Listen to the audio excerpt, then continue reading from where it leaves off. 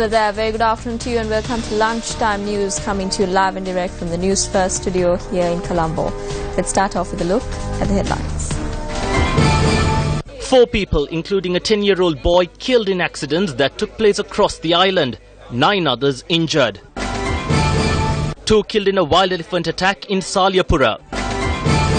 Strike action carried out by unguarded railway crossing operators called off. Japan rocked by double quakes, 9 dead, over 1,000 injured. Now on to those stories in detail. The Ministry of Finance says the value-added tax will be increased to 15% starting from the 2nd of May. Therefore, supply of telecommunication services, including the supply and imports of machinery, high-tech equipment, copper cables used for telecommunication services and supply of health services, which were earlier exempt from VAT, will come under this criteria. The VAT will also be imposed to all supply of goods or services to any specified projects other than housing projects. Now, moving on to another one of our local stories. Elephants ran amok in the 6th mile post of Salyapura, Anuradhapura this afternoon. Our correspondent stated that 2 persons were killed after being attacked by the wild elephant. A 65-year-old came under attack while he was walking along a road in Tepamkulama, Salyapura. The individual had reportedly died after the incident. After the elephant had headed off to nearby villages through the 6th mile post in Salyapura, a father had attempted to rescue his 2 children who were playing in the garden of his house. The father had locked the children inside the house and had run about 50 meters before he was caught prey by the wild elephant.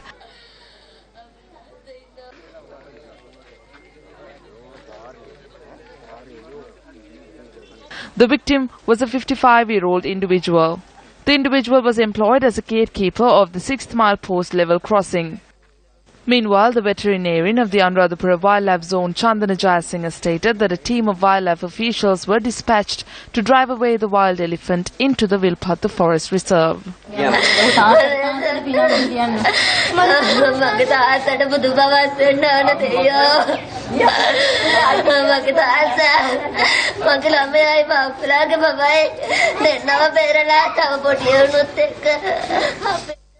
Still in local news, 2 people were injured in a motor accident that took place opposite the Henry Pedris grounds in Thimbirigasaya.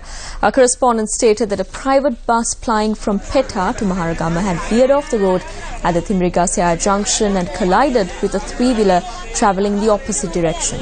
2 people travelling the 3-wheeler sustained injuries. A car travelling behind the 3-wheeler was also damaged in the collision.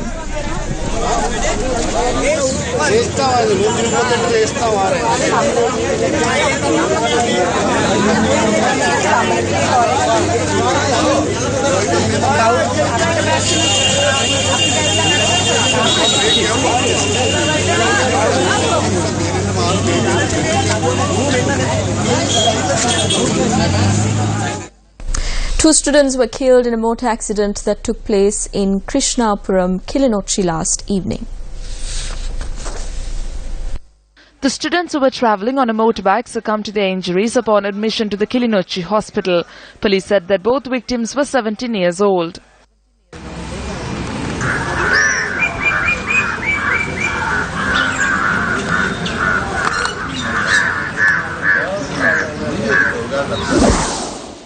A truck travelling from Kurunegala to Dambulla toppled on the Kurunegala-Dambulla main road after its driver lost control of the vehicle. The office of the police media spokesperson said that a 10-year-old boy travelling in the truck who was critically injured in the accident succumbed to his injuries upon admission to the Pulgol hospital. Police said that the driver of the truck has been arrested. Meanwhile, a truck travelling on the Hatton-Nuwara main road had veered off the road and crashed onto a rock, causing injuries to 3 people. Hospital sources said that 2 of the injured were in a critical condition. The victims are a father, a mother and their son. Our correspondent said that the trio had been initially admitted to the Dikkumbura hospital but later were transferred to the Navalapitiya General Hospital. 5 people travelling in a van sustained injuries after it crashed into a bus halt in the Pitikalavata area in Gallioya. The injured were admitted to the Gampala Teaching Hospital and 1 person who is in a critical condition was later transferred to the Peradeniya Teaching Hospital. There were 17 people in the van at the time of the accident.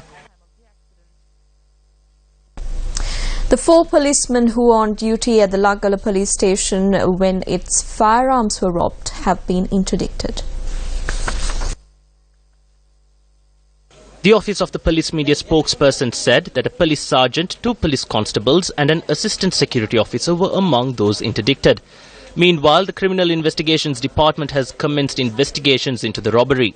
Police said that a joint operation, including officers from the police STF, the army and the police, is on the way to recover the stolen weapons. However, no suspect has been arrested as yet. A T-56 assault rifle and 5 revolvers were stolen from the armory of the Lanka police by an unidentified individual last morning. Police media spokesperson ASP Ruwan Gunasekara said that information had come to light that the suspect was attired in a shirt and a sarong at the time of the robbery. The suspect had stolen the firearms by unlocking the armory using the key which was left beside the safe.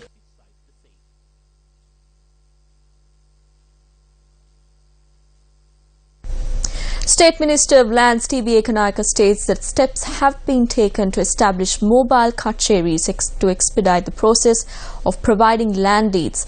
The minister said that this measure was taken based on numerous requests made by the people.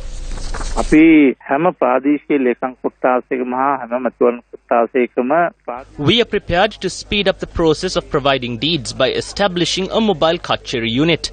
For this, we gathered reports from divisional secretaries and officers of land units in every divisional secretariat and electorate. Officials from the Land Commissioner General's Department attached to our ministry, the Land Management Unit, as well as the Land Reclamations Commission were summoned, and this decision was taken in order to provide deeds through mobile kacheris. Senior DIG of the Police Traffic Division Amarasiri Senaratne said that nearly 1,000 motorists have been arrested for driving under the influence of alcohol during the past 5 days. Speaking to Newsfirst, he said that police operations to apprehend drunk drivers will continue. He also said that legal action will be strictly enforced against the apprehended drunk drivers.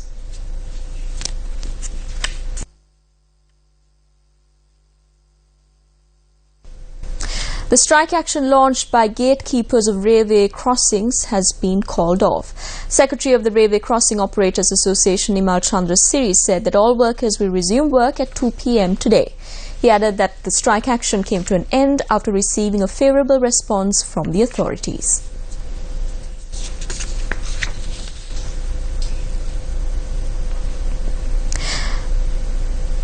The Ministry of Power and Energy says that they hope to restore the 3rd generator of the Norechole power plant by tomorrow. Media spokesperson of the ministry, Sulakshana Jayawardena, said that a team of officers from the Atomic Energy Authority will inspect the machine today.